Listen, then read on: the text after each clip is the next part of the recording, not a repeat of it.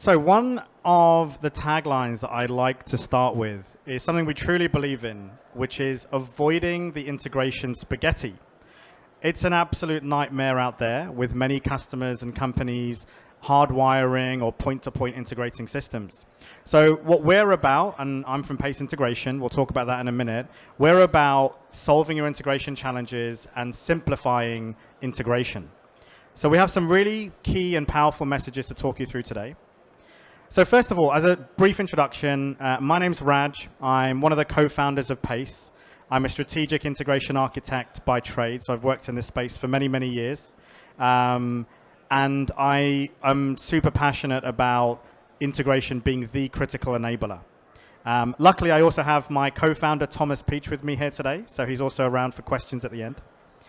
What I'd like to say is we do have some thought leadership that I'd like to refer you to. So onto our website and our LinkedIn, we have some really interesting articles around why data is critical to digital transformation, single view of the customer, how to establish your IPARs, and other things like that.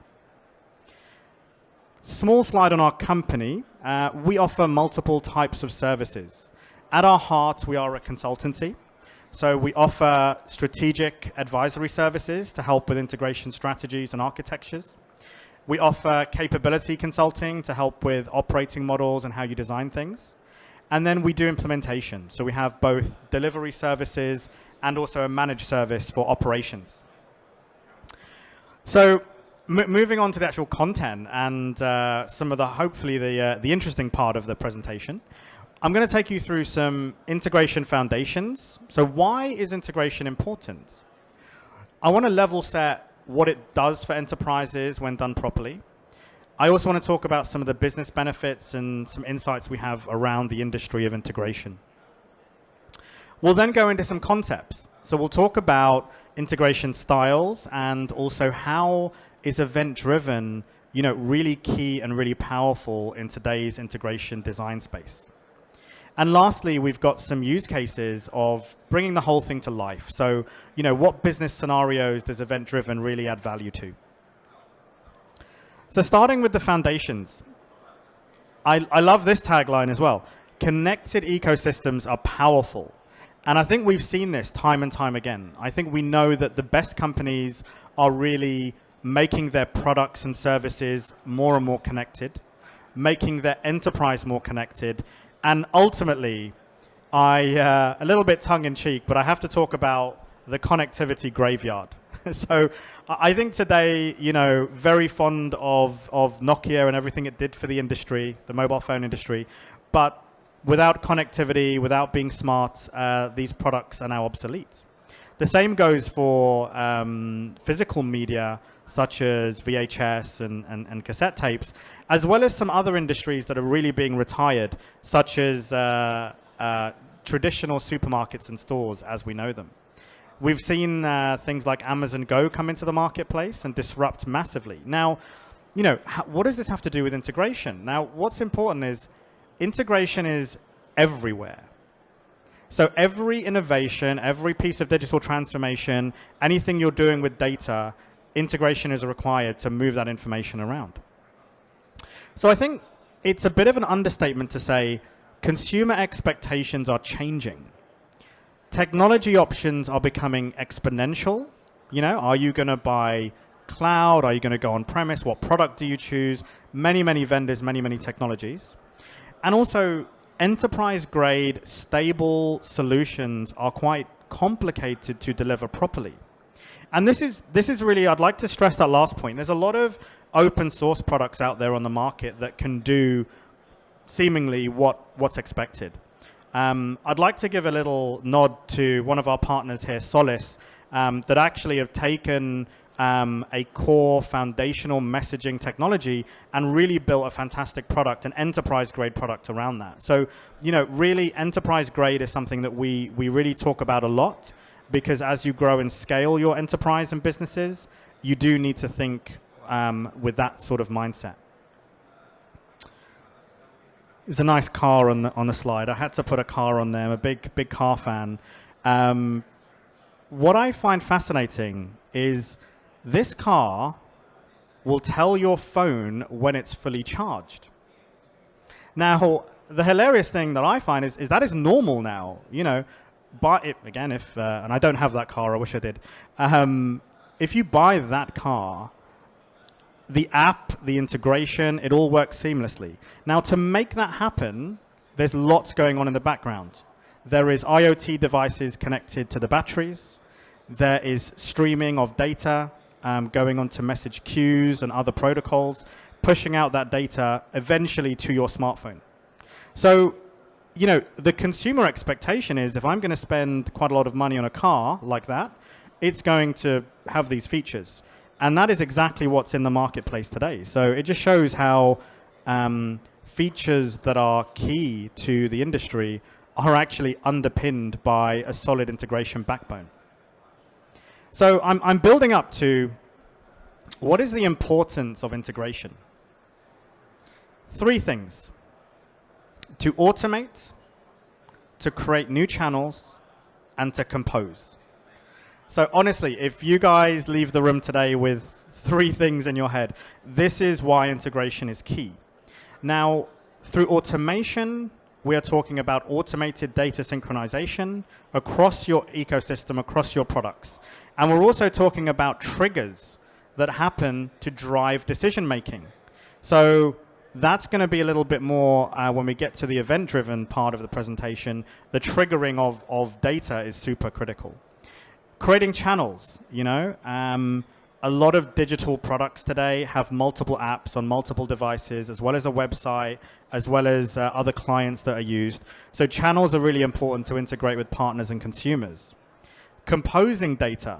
So most ecosystems now have data in multiple places, in multiple systems, and I actually believe the system of record-based architecture is slowly dying out because of proliferation and federation of information. If you talk to your business stakeholders, they might say, so what? Now, what I'd like to tie it back to is actually integration helps with those 4 things: building competitive advantages, enabling business change and agility. So business would like to put in a new CRM or HR system, providing insights and situational awareness.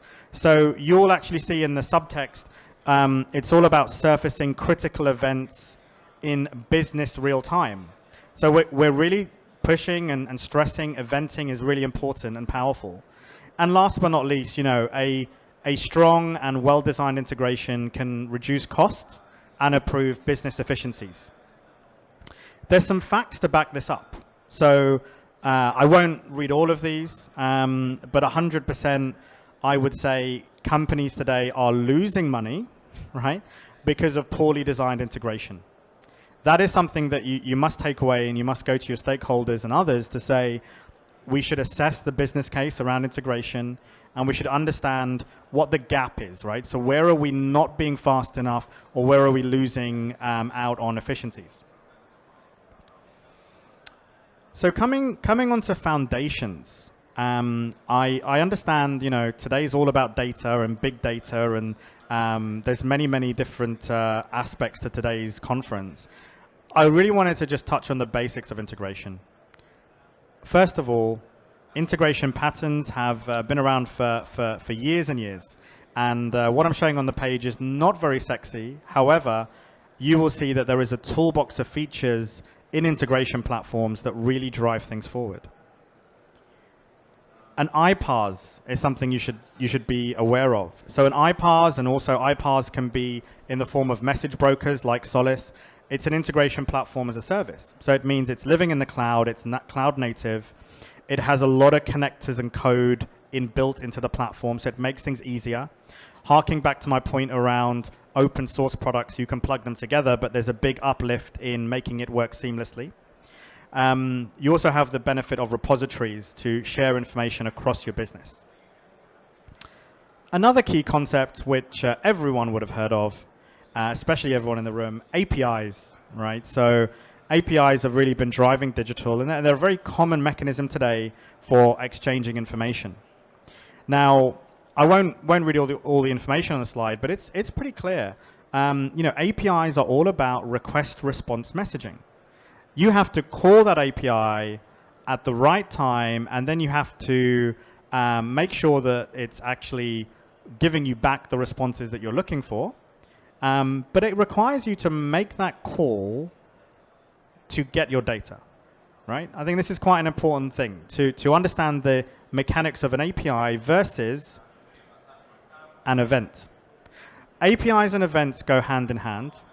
There is something called an async API, which I won't go into right now, but that's certainly the future trend.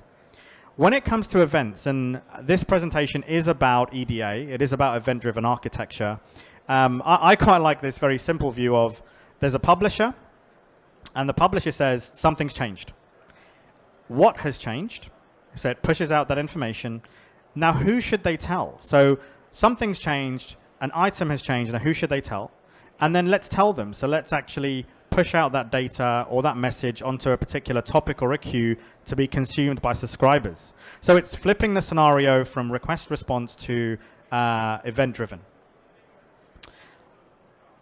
A slide I will show you, but I'll skim over because we're definitely going to run out of time. You have to compose together various components and technologies in order to build out your full platform, right? So integration is not one thing, it's many things. And it's really important that you look at the full set of requirements across your enterprise in order to then zoom in and define your architecture.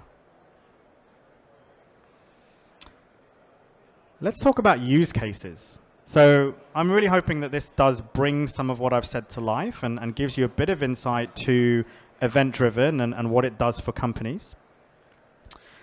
A typical business process, it goes across multiple layers. It goes from cloud to private cloud to databases to files, microservices, and in the middle there's all this logic that happens, right? Now, those use cases pretty much do three things.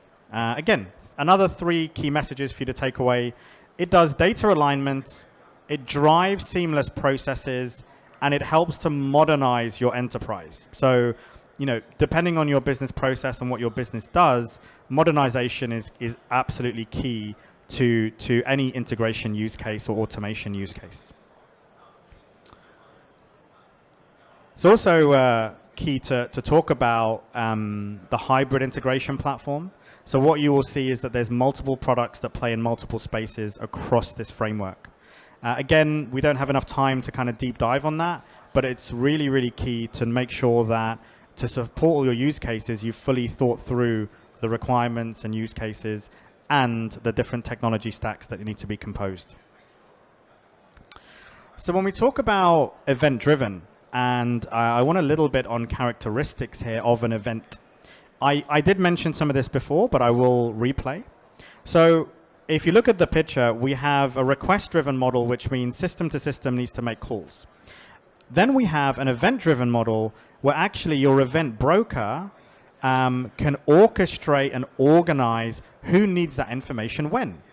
So instead of multiple systems all calling each other and hitting different endpoints and actually creating overhead and latency and traffic, you can actually have an event-driven model that is much, much, much more effective. So I think there's numerous characteristics here that define event-driven. And for me, I really like the one around distribution of data. So depending on what your use case is and what you're looking to distribute, you definitely need to consider event-driven. In the ERP space, a huge use case right now is that you have various entities and objects sitting within your ERP environment. I think we know that ERPs today are running a lot of large-scale enterprises. And I think we've typically seen these as, you know, a bit of a data silo for your company. But now with events, you can actually get triggered updates on inventory changes, on master data, on compliance data. So this, again, is a space that's driving a lot of event-driven conversations. Actually going to skip this slide in interest of time. So first use case that hopefully resonates and hopefully brings it home. is a airline e-commerce to fly process. Now, let me just get a small interaction. Hands up if you've been on a flight in the last 6 months. Oh, wow, about half the room. I'm very jealous of all of you. I have not been away. I hope to at some point. I definitely need some sun. There's a lot that happens, right? From booking your flight to boarding the plane. And what I want to try to show you is this use case covers the commerce domain of a business as well as the operational domain of an airport. So what will happen is your consumers in this use case will hit an API to search for flights, right? That's a request response. That's, I want to go to Barcelona. I just picked that out. I want to go to Barcelona. So I'm going to search for that. You're then going to hit a booking process on your e-commerce website or app. That will then trigger an asynchronous event over to the operational system. So the airlines and the flights and the planning can happen around how many passenger seats on a plane. So this is the asynchronous process, whereas the ones in blue are your synchronous user processes. Then you might update your flight. So customer purchases a flight, but then you make an update. When you do that, again, you have to trigger between different domains an event that gives you that piece of data. And you can kind of see where this goes. There is ultimately, sorry, just go back a slide. There's ultimately a big set of data object overlaps between the commerce platform and the operational domain. In between those domains, by having an event-driven approach, you're actually allowing two things to happen. You're allowing your systems to be designed autonomously. So your commerce system can actually be designed in a highly consumer-facing model, whereas your operational system is much more, let's say, unchanged because it's really running multiple airlines. And what you'll see is events in between these systems are super key because there is no single system of record. So who owns that flight is actually the e-commerce platform and the operational system. So having events between them really, really helps to share and synchronize information effectively.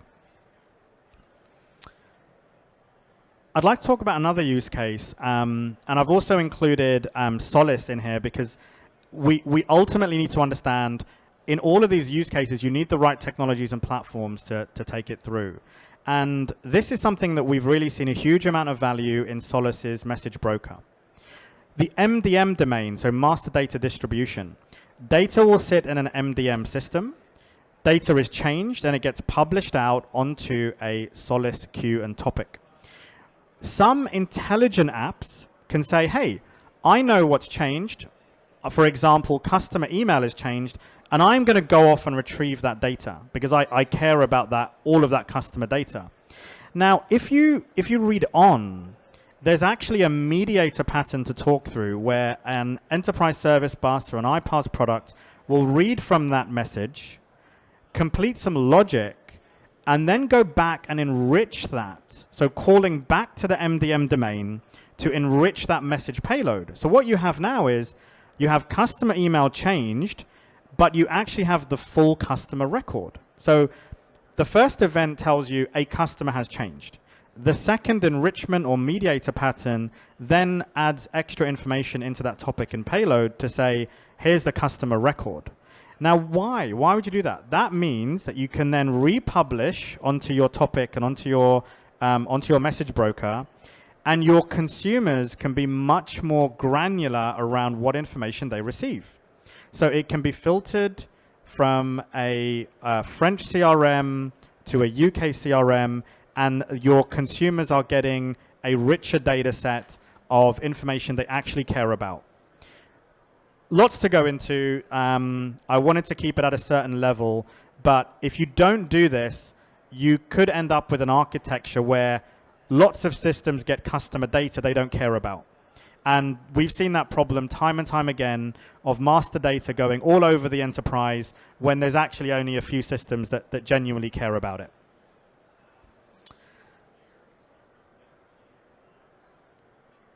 HCM, human capital management, is another area where the consumer journey, so I'm skipping forward to the slide that I want to show. The consumer journey here of hire to retire or hire to lever actually is very, very powerful if you apply events throughout the journey. So someone accepts an offer. Let's trigger an event to say, Mr. Joe Bloggs is going to join our company. That person is a new hire. Let's create their ID. Let's then manage them throughout their life cycle. They get married or they move house. Let's trigger those events out. And then let's actually give managers a trigger to approve things at the right time. So if you think about it, you could design it as, in this example, 18 service calls, right? So systems can be calling to get this data. Or you could proactively trigger an event. Now, I don't want to, I guess I want to say this. This is super important for things like salary changes, right? So in a HR system, someone might update someone's salary. The finance system needs to know that. So it's important that event-driven patterns drive that in real time. Systems actually can get the information at the right time and call the system to retrieve the payloads. Last few slides and concluding the presentation. To become event-driven, there's a few things we advise. Number one, and I hope I fired you all up today to go to your organizations and say, I want to become event-driven, right? Start that thought process now around what parts are inefficient and where do I need to think more asynchronous, event-driven. Number two, you have use cases. They are there. You have to really speak to the right people and challenge the way that things are working. And then you'll get to an opportunity to do an MVP or a mock event scenario. The HR scenario I just described, be great if you take that away to your organizations and talk to your HR IT teams and say, what happens when someone's hired? Our system's automatically informed because most of the time they're not. So it's important to find that use case and then do a mocked service. And then, you can lead on to building a whole business case for investment in the right platform to go and help you become event-driven. My takeaways for integration is, first of all, it is the enabler. I absolutely wish there was a big integration conference. So Big Data London should be Big Data and Integration London. That would be great. It's a product in itself. So your middleware technologies that I explained before, your various things that you need to make it happen, they can help you deliver a product. Unfortunately, these things do sometimes become an afterthought. So think about your roadmap, your business roadmap, and make sure integration is thought through in the right way. And don't just consider it technical, because as you create your events and your topic taxonomies, you will realize quite quickly that the way to organize your data is always functionally first, and that applies to integration as well. So make sure integration becomes a key product within your business. Federate your delivery teams and make sure the skills and the mindset and the knowledge is in your organization. And ultimately, we're about creating new consumer experiences. So some of the use cases I explained, they are all about improving consumer experiences. I'd like to say thank you. I'd like to thank Solis for making this happen for us today. And we from Pace Integration are around for some drinks and questions. You are welcome to follow us on LinkedIn, our ever-growing profile of followers. But we often post some things there that might be useful to you in your organization. So thank you very much for attending. I hope you found it useful. And I think at that point, I would say we are done. So thank you very much.